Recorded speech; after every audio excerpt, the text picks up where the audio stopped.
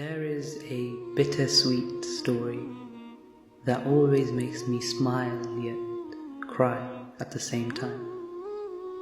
A story of love and sacrifice. The story of Khubayb. Khubayb radiallahu anhu was an Ansari and a companion who fought in the Battle of Badr. And in the battle, he killed a man by the name of Al-Harith. However, this would eventually come back to bite him. A short while after the Battle of Badr, Khubayb was ambushed and captured along with some of his companions and taken back to Makkah as a prisoner.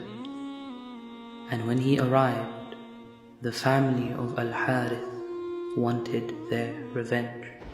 They bought him off of his captors and took him as a prisoner. However, they did not kill him immediately, for it was the sacred month. However, while he was held by them, they witnessed many strange things. Khubayb radiallahu anhu would have grapes in his cell, and when the people would ask him, "Who gave you these fruits?"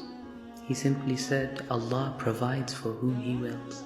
When the time of his execution was near, Khubayb radiallahu anhu asked for a sharp blade, as he wanted to clean himself up before meeting Allah. And so one of the servants of the family of Al-Harith brought him a knife. However, while she was not looking, her child entered the prison cell. When she came back, she saw the knife in the hand of Khubayb, and in his lap, her child.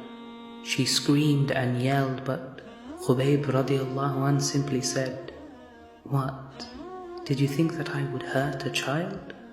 You don't understand us, do you? This isn't what we do." And he let the child go.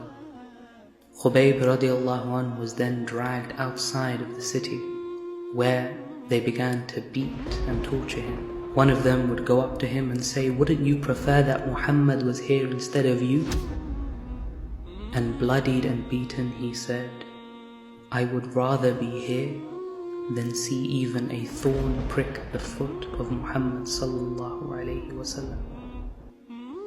And so, as he was crucified against a tree, he said his final words, "Ya Allah, there is no one here to give my salams to the Prophet sallallahu alayhi wasallam. So Allah, give your messenger my salams." And miles away in Medina, the Prophet shivered and said, "Wa alayka as-salam, ya Khubayb." A young man, Muhammad ibn Abdul-Baqi, sits in his home. Makkah, although sacred, was a harsh land. He walked out of his house, hungry, and as he walked towards the Kaaba, something caught his eye, a small bag at the side of the road. And when he looked at what was inside it, he found the most dazzling pearl necklace. He took it back to his home, but just then he heard the voice of an old man, "Whoever returns to me my pouch, I will reward him with 500 gold coins." Muhammad al-Baghdadi left his house, finding the old man. The old man offered him the 500 gold coins, but he knew he had no right over it. The pouch belonged to the man after all. He was simply returning it. And so the young man refused. Time would pass, and the young Muhammad would go out in search of knowledge. He boarded a ship, sailing across the seas until thunder and lightning struck, and the boat sank. Muhammad al-Baghdadi survived the shipwreck and found his way to a masjid. Having nothing to his name, he simply asked Allah for help. As the townspeople came to the masjid, they recognized his piety, and so they asked him to lead the salah. They found his voice beautiful, and so they insisted that with nowhere else to go, that he become their imam. He agreed, and so like this, Allah sent him provision. Some more time would pass, and Muhammad al-Baghdadi would become the teacher of the entire town. And so, as a sign of their gratitude, the townspeople offered to let him marry one of the most beautiful and pious women in the town. And so, as they sat there on their first night of marriage, Muhammad al-Baghdadi was entranced by his wife's beauty.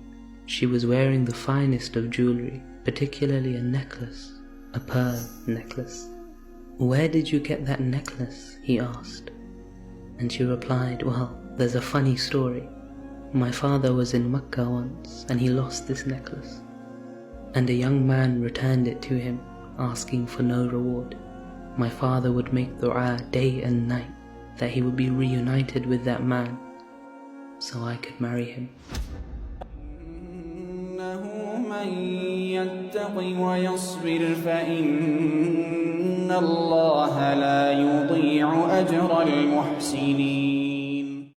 Tonight I share with you a speech that has not yet been delivered, and is one that we should hope to never hear. The most wretched speech, the Khutbah of Shaytaan. On the Day of Judgment, after everyone has been sent to their place in Jannah or Jahannam, the people of Jannah shall rejoice, following the Prophet Muhammad sallallahu alayhi wasallam, and the people of Jahannam shall lament, angrily looking for the one who led them there, Iblis. And so they will find him and corner him, telling him to speak on their behalf, for he was the one that brought them there, so he should plead their case to Allah. And so a mimbar of fire shall be brought forth, and Shaytaan will stand upon it, readying himself to speak to Allah on their behalf, when suddenly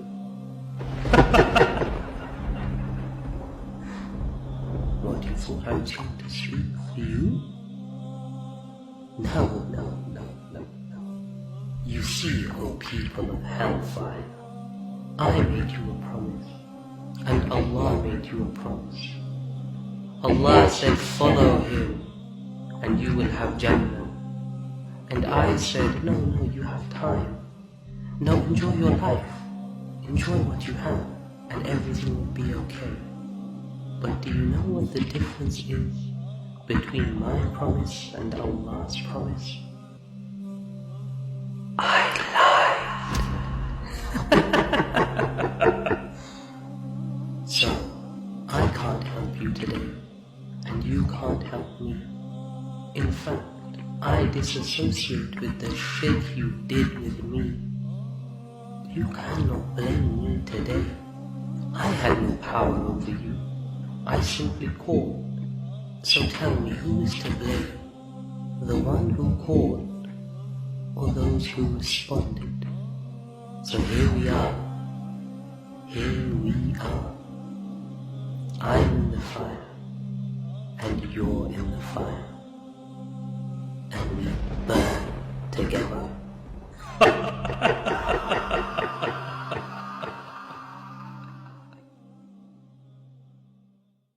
Tonight I tell you a tale which only grows more terrifying as the days go by.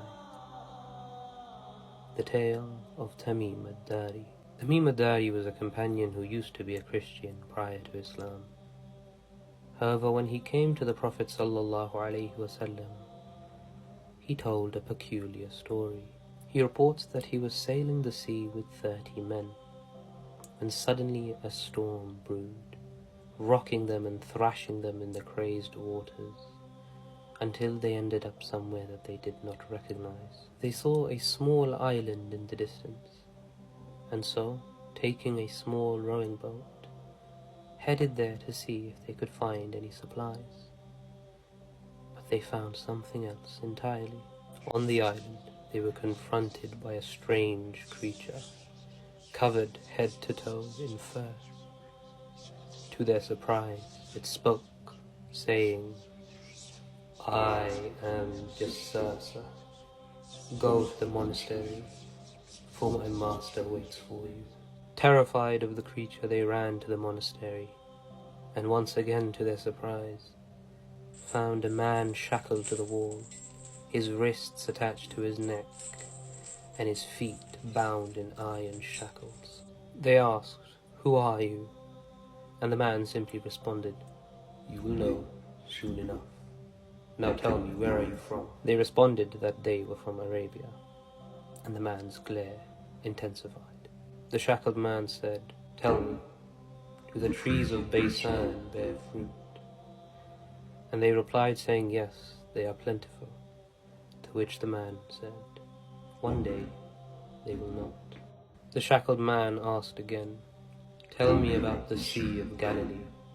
Does it hold water? To which the group responded, yes, it is full to the brim. And the man again said, one day it won't be. The shackled man said, tell me about the spring of Zughar. Is it full? And they responded in the positive. To which he said, soon it will be empty. The shackled man asked, has the unlettered prophet arrived? To which they responded, yes. And he told them, it's better that you follow him. The shackled man then said, as for who I am Masih ad-Dajjal, and when these signs have passed, I will be free. Oh, and just so you know, the only sign left is the Sea of Galilee, which has been growing unstable for years.